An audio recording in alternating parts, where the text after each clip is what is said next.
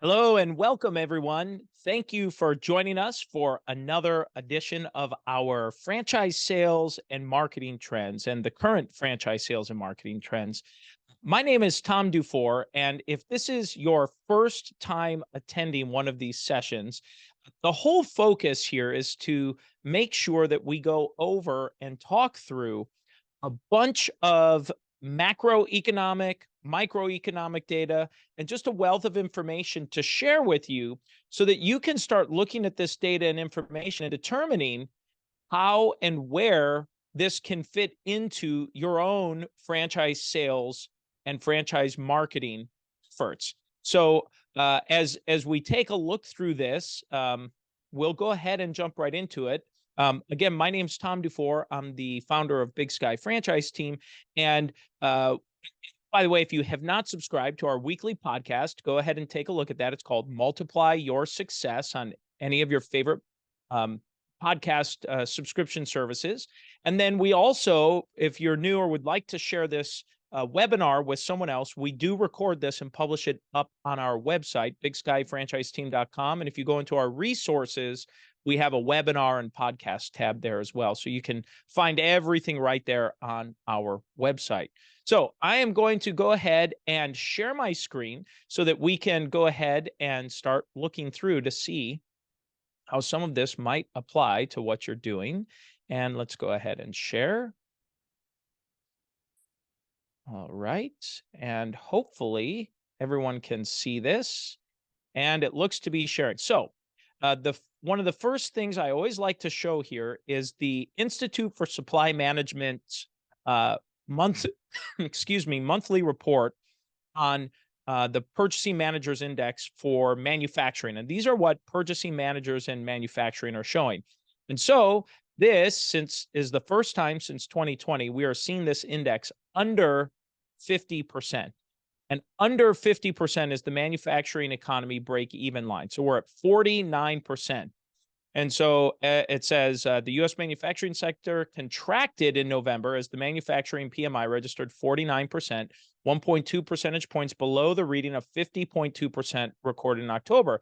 After 5 months of flat or marginally positive change, the decrease last month took the manufacturing PMI into contraction. Of the 5 indexes that directly factor into the manufacturing PMI, 2, production and inventories, were in growth territory, though both eased. So this is a trend we've kind of been seeing here all year, where you can see this just slowly declining all year. And it had stayed relatively flat for a few months, but we've seen this going down. Now, as I've talked about before, for manufacturing, when manufacturing is contracting, that tends to be a leading indicator about where the rest of the economy is headed. So this probably means 6 months from now, we'll see there's a strong potential that we'll see a registered official potentially recession with 2 consecutive quarters of negative GDP growth. We'll see how that shapes out, but it looks to be leading or trending in that direction here. So as you're thinking about your franchise sales and marketing efforts, just something for you to be aware of. Now, here is the services sector. And as you'll find, this data is going to be show you a mixed bag of results. So now for the services industry, this is the Purchasing Managers Index for services. It says in November, it registered a 56.5%, a 2.1 percentage point increase compared to the October reading of 54.4%. The 12-month average is 57.2%, reflecting consistently strong growth in the services sector, which has expanded for 30 consecutive months. A reading above 50% indicates the services economy is generally expanding, while below 50% indicates it is generally contracting. So, and you can even look by looking at this here, services looks fairly stable here over the last, really most of this year. You can see it's kind of hovering around that 55-ish percent if you just kind of draw this imaginary line on that. So again, services is looking pretty good. Now here's hospital. The hospital purchasing managers index, it bumped up to 57.5%. Now last month it was really low. It was down at 51% in the month of October, and it popped up to 57.5%. So the business activity, new orders, all these indexes increased. The case mix index registered 57.5%. So I think as a whole, it's showing that hospital, it looks very, uh, I guess, up and down, jolty. I don't know how to better to describe it, but it's kind of yo-yoing a little bit. It's going zigzagging back and forth from highs to lows, highs to lows. So we'll see what this means. But overall, it's still in growth territory, and we're seeing some positive on the hospital sector.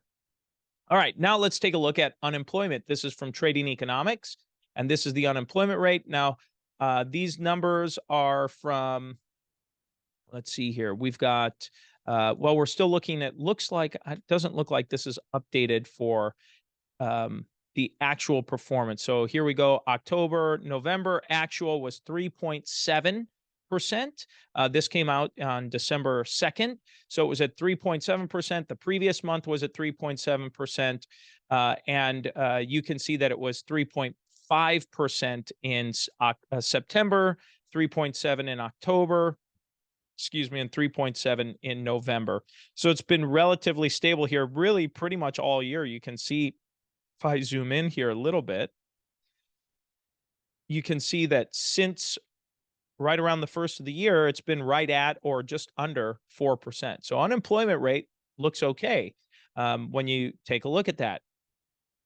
Now, let's take it. Now, one of the things that's been talking about that I've seen in the headlines, and I couldn't find the article about that prior to jumping onto this, is just talking about the labor force, total labor force participation rate. And that's still about 2 or 3 million people short of where we were before the COVID-19 shutdowns that had occurred there. So we're still have fewer participation rate, which is what I think is driving this issue of wanted jobs, jobs available openings, the job openings available, and low unemployment rate because just the number of participants in the labor force, we're missing a few million people that would really help fill those open positions. Let's talk about inflation. So this is showing here that October, December 13th. Oh, it's coming out December 13th. So the current one has not been released as of yet. But we can see October was 7.7. So we do see this slowly coming down, but it's important to note that when we look at this, the 7.7% is over this time period last year. So if we look at 5 year, 7.7, we look around October of last year, and you can see that it was still up 4 or 5, 6%, or 5 or 6%, just based on that. Let's see if we can, oh no, this is the chart. Okay. So it's up in October of this past year of over 7% over October of last year, which was up about that 5 or 6% over the previous year. So you can see how that really starts compounding. While even though that month to month may not seem like a lot, it's compounding pretty quickly. And big thing for this, and I've echoed this many times on this presentation, but if you have franchise candidates in your pipeline, things to be thinking about and encouraging them, especially if you have any inventory or fixed assets to be purchasing, the sooner they get in, the better. Interest rates are continue to go up. Inflation continues to go up. So it's kind of this double whammy where your money is worth less and it costs more to borrow. So you've got this weird double hit that's coming into play. So if you have a candidate that is serious and intends to buy the franchise, this is a great avenue to be encouraging them to move forward, because literally every month they wait, it's getting more expensive to do everything. It's your money is worth less, and the price of goods and services is going up. So it's a really interesting time to be going into this. So encouraging them to do that is really, truly in their own best interest. Again, we don't want to use this we do not want to use this as a manipulation type tool or some kind of a scare tactic. Rather, it really is for those people that are serious about it. They need to do this. So anyway, just some food for thought as you're going through it. You can update your marketing messaging to reflect some of that. You can update some maybe email communication and drip mailers that are going out. And just even from a sales perspective, to be talking to people, franchise brokers and others in the community that are talking to a lot of different buyers, franchise buyers on a day-to-day basis. This is a really nice reminder for them. So here's the consumer sentiment report. This is put out by the University of Michigan, and this is for the last 50 years, what the consumer sentiment looks like. And so this is the lowest. It's you can kind of going to zoom in here. You can see this is for 2022, and you can see it was the lowest it's ever been right here a few months back. It's popped back up a little bit, and looks like it's dipped just a little down, and that's hovering around, what is that? Just about 60%, 50, high 50%. It's kind of hard to read that, maybe about 58% there. So, anyway, just some food for thought for you as we start thinking about that. Well, what does consumer sentiment look like? Well, those previous charts that I just showed, thinking about inflation, unemployment, we start looking at some of these mixed things with the PMI and manufacturing.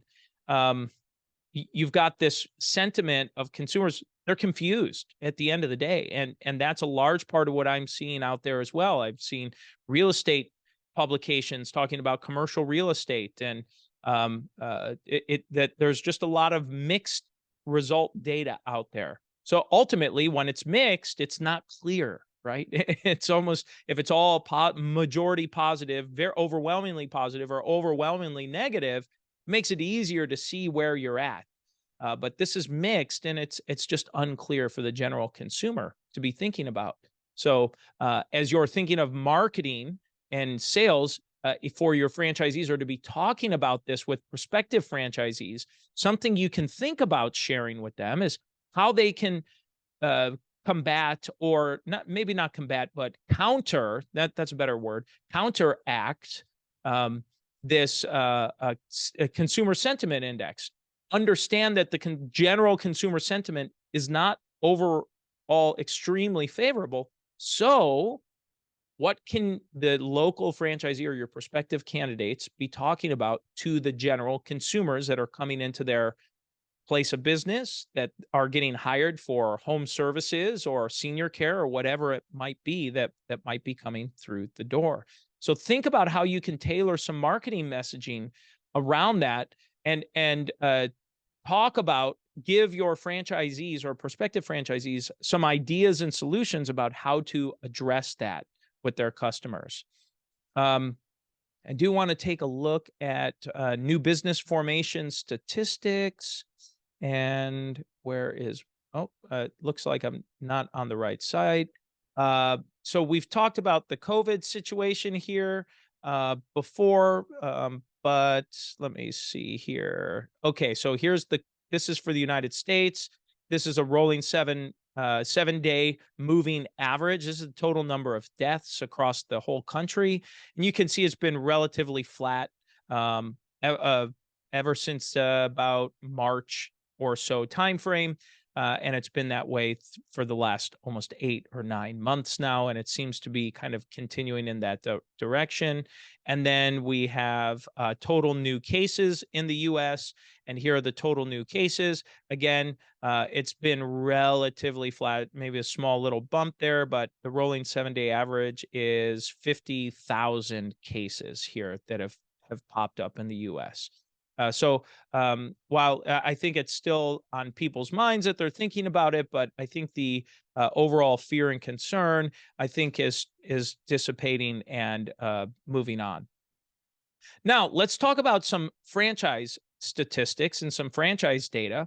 So this is hot off the presses. This came out November 30th, and it shows what are the preferred initial contact. What is the preferred initial contact for franchise prospects?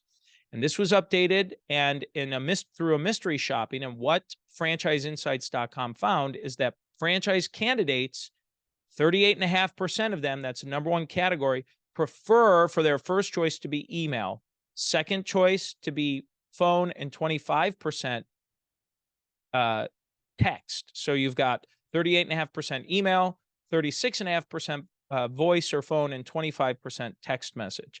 So I think that's a really important thing to note, that previously text message had been number one, and now it's the third choice, by pretty large gap there between the other two. And at best, you could argue that it's maybe close, but the three are pretty fairly evenly matched. Then you have second choice here is number one is text, or the number one for a second choice is text message, and then the third choice is a phone here. So you can see that mixed results. So bottom line, what you should be thinking about as you're thinking of contacting, following up with your prospective candidates, I'd be sending an email and placing a phone call. Those seem to be the choices there. And if you have your leads entered into some kind of a CRM system or a CRM program, that can do those automated touches for you anyway. So you may just decide when a lead comes in to send an email, and maybe an email right away, maybe the first day or two. You may then look to send a text message a day or two after that, and then follow up with a phone call. Maybe even as late as a week after you've sent an email or two, text message or two, and then follow up with the voice call. It might be a strategy to go by, just by way of suggestion to reach folks and kind of warm them up to the idea of engaging with you. So I think that's interesting data and worth noting, and how you might want to adjust your follow-up here.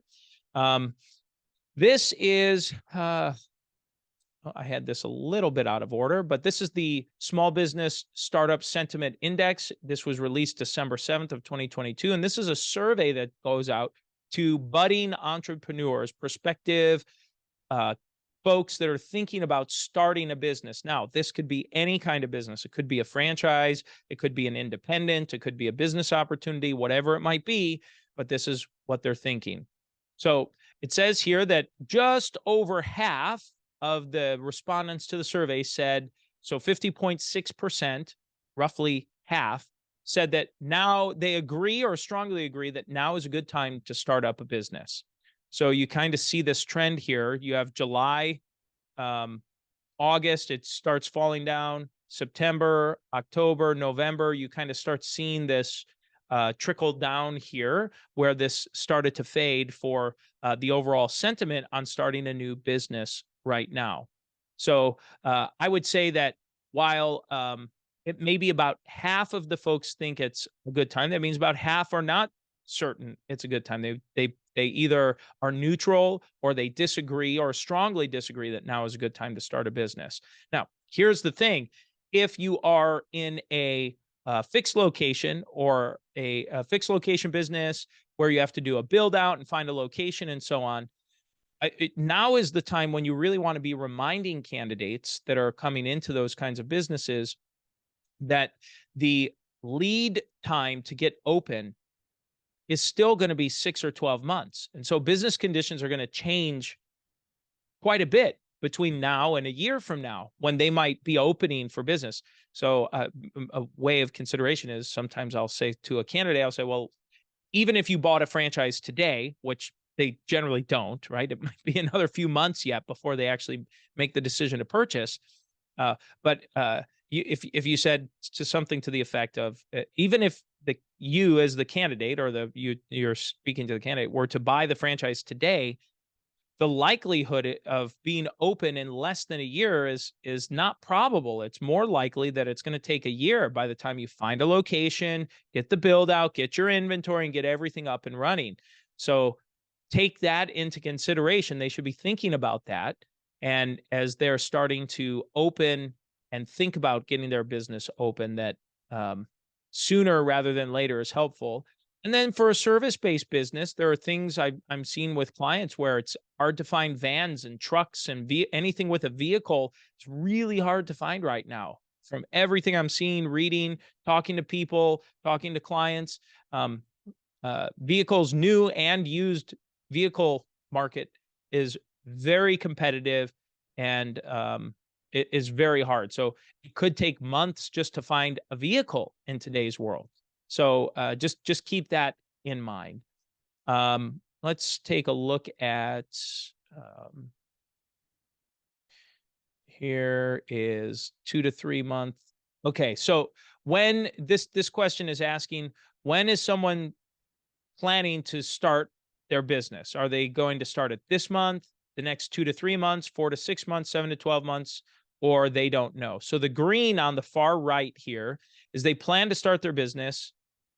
Their time frame is this month, and 29.2% said this month. 24.2% said the next 2 to 3 months. 16.8% said that they're looking at the next 4 to 6 months. 12.4% said 7 to 12 months, and longer, or they aren't sure at 17.4. So I think the takeaway here is that approximately 54% of respondents said they're looking to start this month or in the next 2 to 3 months. So that means still roughly half of the candidates you're going to be talking to, if you're selling franchise, about half are thinking of getting started within the next 3 months. So that's what they're thinking. The other half are thinking longer. So it's a nice little balance there for you to be thinking about. Half are thinking, really kind of in the very near term, within the next quarter. And the other third are thinking longer than that. So as you're making your approach, when you're talking to your candidates, that might be a great qualifying question or screening question to help position how you're going to be talking. You ask them timing. When are you thinking of getting started? Certainly a very common qualifying question, but know that about half are going to say within the next 3 months, or just over half, and about half are going to be talking about it longer than that. Okay, now let's take a look at what people are concerned about. So, as you can see from this is what are people? The question is, let me zoom out here. What are people most concerned about when they're looking to start their business? What are they most concerned about? 69.3% are most concerned about funding or access to credit. The second highest category is the economic climate at 40%. Then comes the stock market at 17.3%. And then at 16% is other. So really, you've got this one big category of funding and access to funding, which has been the number one category consistently every month for a while now. 40% on economic climate, which has started to climb back up. And then the stock market at 17.3%. So what does this tell you? Well, or what it tells me to share with you is that about 7 out of 10 candidates that come into your pipeline are concerned about funding and access to money. So anything that you can do, whether it's establishing a strategic relationship with a third-party franchise lending company that can help your franchisees through that process. There are several really great organizations out there. If you'd like some referrals that we refer out, we'd be happy to share a few recommendations to you. Or if you're able to maybe fund internally, can you cash flow some of these or lend to some of your prospective franchisees? Maybe it's not something you had initially planned on. However, it could be something that could really maybe help set your franchise apart and accelerate that franchise sales process. And if you're a franchise broker, going to brands that have that answer to funding for your candidates that maybe are not as well funded or need a little more help or support along the way, finding those brands that do offer some sort of funding, I think would be a great solution for you. So just some information there. Okay, here's a really interesting one. This came out November 22nd from Franchise Insights and says data confirm that an introductory email to prospects will improve phone contact rates. And the question was, how likely are you to accept a call from a franchise without an email or a text message first? So we had 1.9% at very likely, 21.2% at likely, 15.4% unsure, 21.2% unlikely, and 40.4%, the largest category, is very unlikely. So if we add up unlikely and very unlikely, that's over 60%. It's 61.6% of respondents said they are unlikely or very unlikely to answer the phone if they don't get a text message or an email first. So it reinforces what we said previously when we looked at this uh, uh, preference from candidates in terms of what they like to look at, where they were talking about wanting to get an email or text message first. So as some choices. So sending that email out and sending that text message is great to know. Here's another interesting thing about franchise portals. Why did you visit the franchise website after inquiring on the franchise portal? Found this interesting. About 67%, so 2 out of 3, were interested and just wanted to learn more. They were interested in the brand. So people are coming to your website to learn more about what you're offering. They may not be ready to talk yet, even if they inquire. So I found that interesting as well. And then the last information, uh, uh, the last category or thing I like to take a look at for us on this report is just taking a look at the most popular categories over the last 90 days. So which categories on the Franchise Insights networks of franchise portals had the highest percentage of total inquiries. So home services is still at number one at 17.9%. Senior and healthcare is at 16.5%.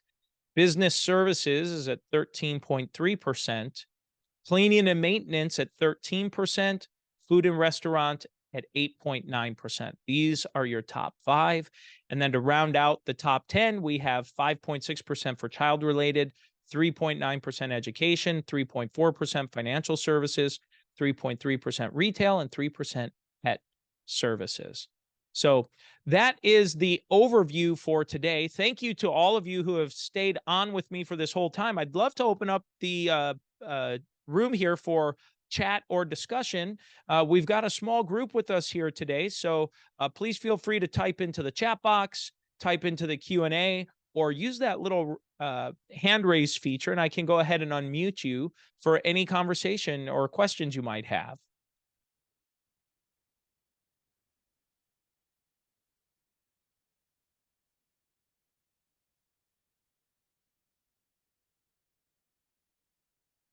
All right. Well, I'm not seeing any questions come through here.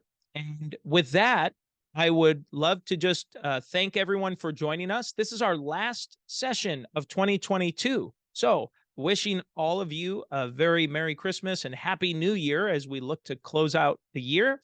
And we'll see everyone back in 2023. Be on the lookout, by the way. We've got some great new guests and educational sessions coming for our webinar, some great additions to our podcast, some really cool things coming in 2023.